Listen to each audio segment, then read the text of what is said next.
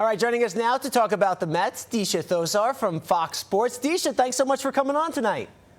Of course. Thanks for having me on. Absolutely. All right, let's start with these Mets here. They dropped 2 out of 3 to a sub-500 Angels team, and they could have taken these 2 games that they lost here. They just couldn't come through with the big hit. Why did they struggle in those key situations, you think, this weekend? Yeah, it's kind of been the story for them all year, maybe even going back a few years of when the pitching works, the hitting doesn't. When the hitting works, the pitching doesn't. And more than that, what I need to see still from this Mets team to prove that they can go more towards October, even a deeper run, is a little bit of urgency. There really didn't need to be, there didn't seem to be a time in that game where they reminded themselves, hey, we're playing against this Angels team that isn't even in the playoffs. They're completely out of it. So let's try to make a run for it. And that can really turn a dugout around, turn a clubhouse around. And they've kind of lacked that this whole season, just that sense of energy and that sense of urgency that can get them on a deeper run, that they can finally string some wins together. Yeah, it's important they don't play down to their competition this time of year. All right, the Mets schedule this month is crazy, but the travel the next 36 hours is ridiculous. They fly to St. Louis for a makeup game against the Cards, then they're back west to Denver and Seattle. Do you think this stretch of games could be the turning point in the Mets season here?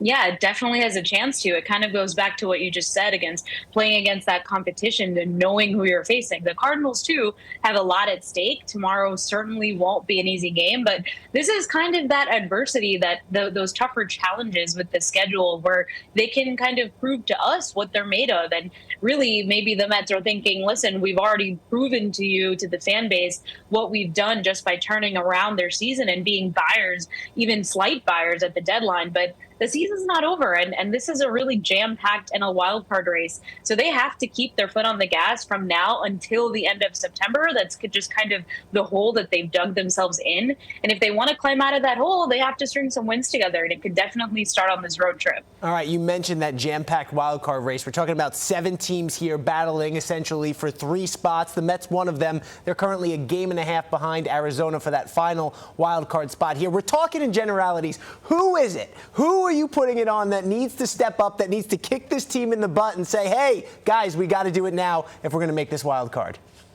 I think it's a little more than just one answer for this team.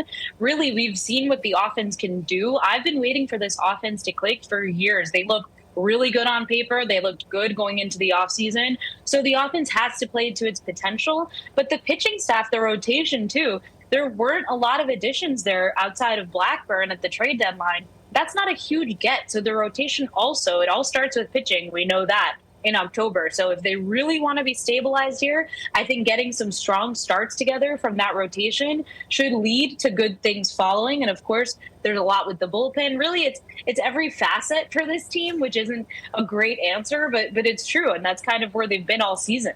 Deesha, it was a long day in the Bronx, but the Yankees were able to get past the Jays, who usually give them problems. DJ LeMahieu with the game winner. How important was it for the Yankees to win their 3rd straight series, especially when they've struggled so much in the division? Yeah, really important. They definitely needed to go into this off day with a win.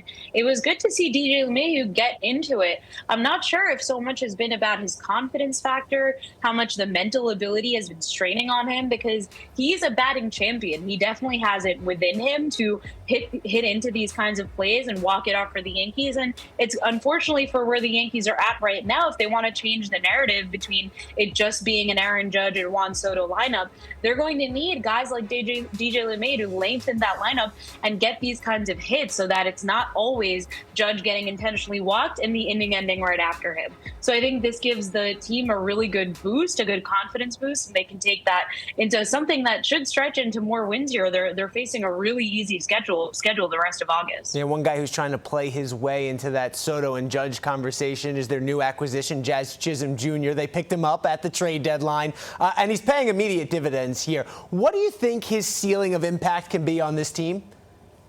Yeah, I think it's huge. I really liked this pickup from Cashman at the trade deadline. It was sort of this under-the-radar pick.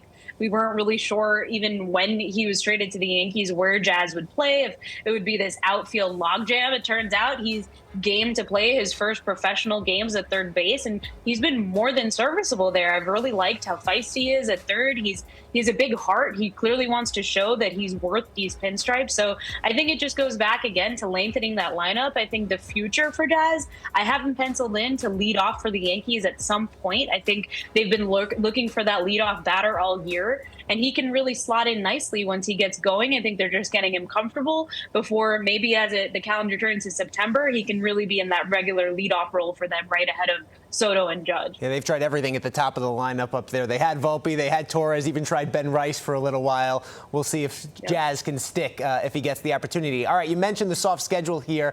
Up until August 30th, the Yankees have just one series against the team with a winning record. How do they avoid playing down to their competition? This is a team we saw get swept by the Reds not that long ago. Yeah, the Yankees cannot be the Yankees that we've seen really from June until the All-Star break. That was not them. I think they showed us who they are at the onset of the season, right at the start when they took that series from the Astros in Houston. That's the kind of dominance we're going to need from this team going forward. And they just have to keep reminding themselves, I think, of who they are, what this clubhouse is made of. Of course, more than anything, this pitching staff cannot fall apart. Again, today, didn't love what I saw from Garrett Cole. He hasn't looked as sharp, of course, as he did last year when he won the Cy Young. His breaking ball stuff is not really working out. He's giving up one too many home runs. So it all starts, I think, with Cole. And of course, there's a lot of starters after him that have to pick it up from where they've been. These are now the dog days of August, so it's definitely not going to be easy for the Yankees, even though the schedule looks like it will be. And we know Luis Gil in uncharted territory when it comes to his innings. We'll see how he holds up down the stretch. Deesha Thosar, Fox Sports. Check out her work. Appreciate you stopping by, Deesha. Of course. Thanks for having me on. Absolutely.